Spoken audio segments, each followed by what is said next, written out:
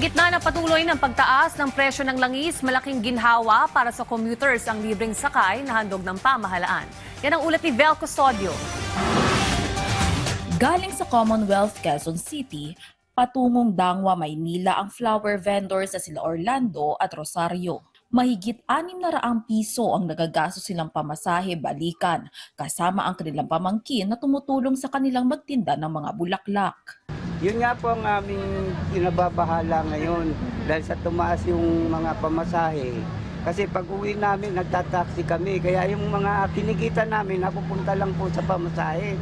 Magmula po dun sa Dangwa hanggang dun sa amin po, 500 po ang sa taxi. Kasi hindi namin maisasakay sa commute yun eh. Kasi madami yung mga bulaklak na yun eh. Hindi kami pinasasakay. Sa tulong ng biyaheng damayan, libreng sakay mula sa Kongreso, 120 pesos ang natipid nila sa pamasahe papuntang Dangwa. Gigising ka na madaling araw, alas 3 madaling araw. Tapos magtitinda ka pa dyan sa St. Peter Church. Kami nagtitinda. Biruin mo yan. Pagod na yung katawan namin. Tapos ganyan mawawala pa yung sasakyan. Buti na mayroong libreng sakay. Ang libreng sakay na handog ng House of Representatives ay tugon sa patuloy na pagtaas ng presyo ng langis na nakakaapekto sa pamasahe at gastusin ng mga Pilipino. Para sa ruta ng sakay, magsisimula ito sa San Jose del Monte, Bulacan, tutungo sa Welcome Rotonda sa Quezon City at pabalik hanggang Fairview Terraces. Meron kaming 4 na buses, dalawang bus namin magsisimula sa San Jose del Monte. May 30-minute interval sa morning, 5:30 at saka 6 o'clock. Yung 2 buses magsisimula naman sa Welcome Rotonda, going to Fairview Terraces.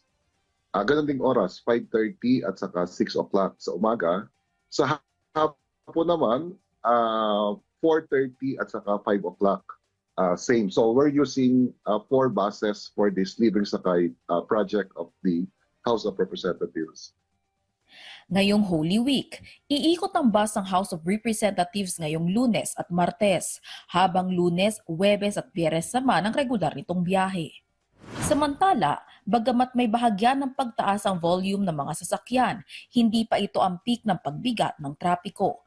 Ayon kay Metropolitan Manila Development Authority o MMDA General Manager Retired General Nicolas Torre III, inaasahang sa Miyerkules ng hapon ang peak ng volume ng mga sasakyang lalabas ng Metro Manila at makakaranas ng moderate traffic.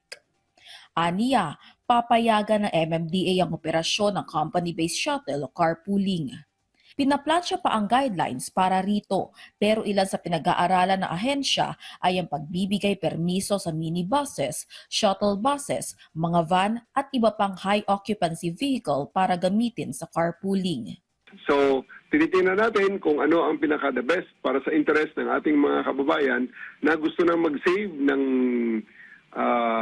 gasolina, and at the same time, hindi naman makompromiso ang kanilang comfort at ang kanilang convenience sa pagbebiyahe.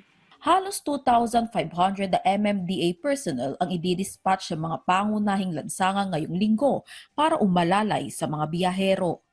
Paalala ni GM Torre, Mag-ingat po tayo sa lahat ng ating mga lakad. I-check po ang ating mga sasakyan sa checklist ng blow bagets. Mayroon tayong battery, light, oil, water, and etc. Sa lahat po ng mga emergency, lagi pong tandaan, pag may aberya sa daan, ipa-MMDA na yan. Dahil 136, 5 minuto, kami ay nandyan. Vel Custodio para sa Pambansang TV sa Bagong Pilipinas.